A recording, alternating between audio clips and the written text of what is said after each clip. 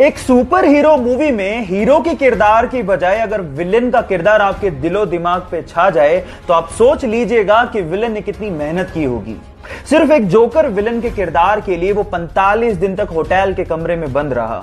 In fact उसने joker के makeup का डिजाइन भी खुद ने किया और एक मूवी के सीन में उसने हीरो को रियली उसे मारने को कहा ताकि सब कुछ रियल लगे। उसने इस कैरेक्टर में इतनी जान डाल दी थी कि वो greatest villain of all time कहलाया। और इस किरदार को निभाने के बाद उसे golden globe award, Oscar award तक दिए गए, लेकिन उसे रिसीव करने के लिए वो जिंदा ही नहीं था। कहा ऐसा जाता है कि ड्रग की ओवरडोज की वजह से फिल्म रिलीज से 2 महीने पहले ही उसका देहांत हो गया।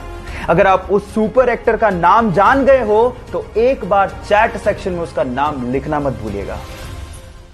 महज 21 साल का था तो डॉक्टर्स ने उसे कहा कि उसे मोटर न्यूरॉन जैसी खतरनाक लाइलाज बीमारी है। इस बीमारी की वजह से इंसान का उसकी मांसपेशियों से कंट्रोल खत्म होने लगता है, धीरे धीरे वो अपंग हो जाता है और फाइनली उसकी मृत्यु हो जाती है। डॉक्टर्स ने उसे कहा कि वो 2 साल से ज्यादा तक जिंदा ही नहीं रह सकता, लेकिन फिर भी अपनी जीने की इच्छा शक्ति की बदौलत उसने मृत्यु को हरा दिया। वो अपंग जरूर हुआ लेकिन 50 साल तक जिया।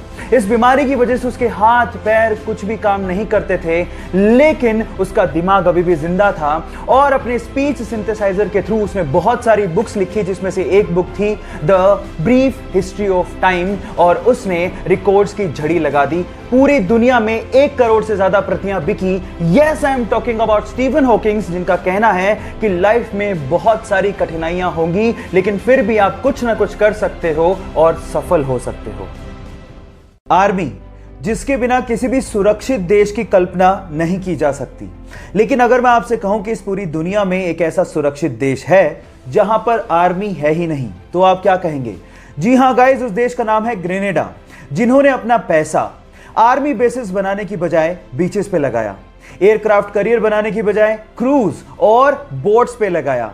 ग्रेनेडा, जहां पर ग्रेनेड नहीं बल्कि कोको का प्रोडक्शन होता है और बहुत ही यमी चॉकलेट्स प्रोड्यूस की जाती हैं।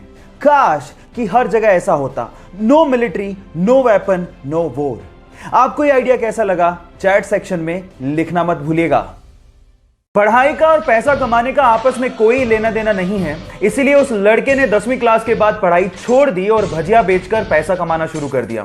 फिर अपने दोस्त की मदद से 1948 में यमन चला गया और वहां पर एक पेट्रोल पंप पे काम करना शुरू किया। देखते ही देखते अपनी मेहनत की बदौलत वो वहां पे क्लर्क और फिर मैनेजर बन गया, लेकिन उसके दिमाग में तो अलग ही सनक चल रही थी। फिर वहां से अच्छी खासी नौकरी छोड़ के 50,000 रुपया लेकर वो इंडिया आया और यहां पर मसाला और पॉलिस्टर बेचने की कंपनी शुरू की और देखते देखते 10 लाख की टर्नओवर के साथ इंडिया की सबसे बड़ी प्राइवेट कंपनी बना डाली और आज भी वो कंपनी इंडिया में सबसे बड़ी प्राइवेट कंपनीज में शुमार है।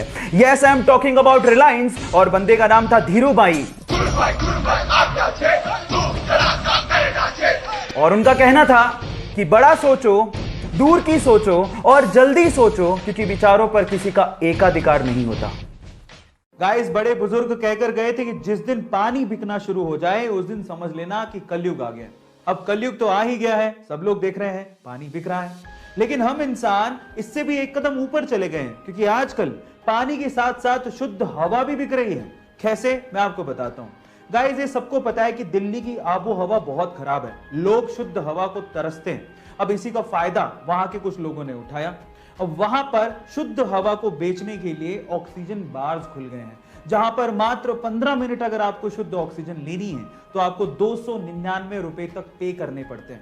अब आप सोचिए इसे क्या कहेंगे, कलयुग या महाकलयुग?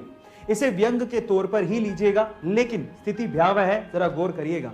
ऐसे अमेजिंग वीडियोस के लिए YouTube पे हमारे चैनल को सब्सक्राइब कर लीजिएगा। अगर आप